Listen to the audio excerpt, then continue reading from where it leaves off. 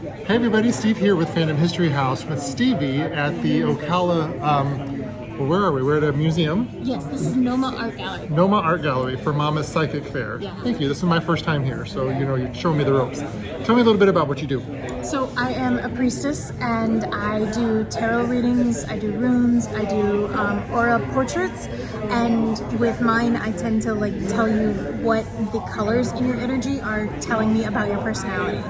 So what is an example of that? Like, what does the color yellow mean, for example? So this is one that I had done in the past, and it depends on the person. So some people say yellow is somebody who's very knowledgeable and educational, but I've seen yellow mean nurturing as well. Okay.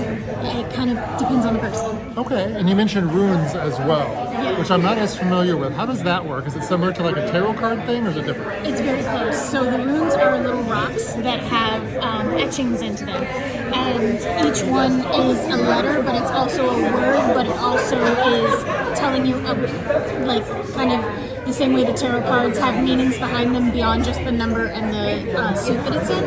And the way they work together is very similar to tarot cards as well. You might have three that mean one thing separately, but when you put them all together, they tell you a different story. Okay. And I think earlier you were saying it's kind of like the exclamation point at the end of your reading. That's by Astro Dice. Oh, that's the Astro Dice. Yeah, Okay, we did talk about that too. They're these little dice. They're 12 die, 12-sided die, and they have the 12 houses. There's one that has different planets, and then there's one that has the 12 astrological signs. And I like to use those at the end of my tarot readings as we talked about what's going on in your life, now what can you do to change it? This is a lot of information to have in your head. How long have you been practicing? Oh God, maybe 10 years. Okay, so you know what you're doing. Maybe. And do you live here in Ocala? I do. Okay. If somebody wants to reach out to you for a reading or to meet up with you, how do they do that? I'm on Facebook. I also have business cards that I can leave with you.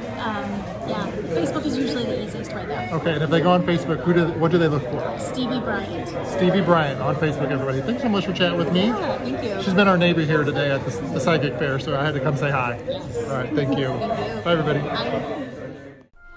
Keep up with all things that Phantom History is doing by following us on social media and signing up for our newsletter at phantomhistory.com. And remember, you can book your stay at the Phantom History House paranormal-themed bed and breakfast in Tampa and share your ghost story with us in person.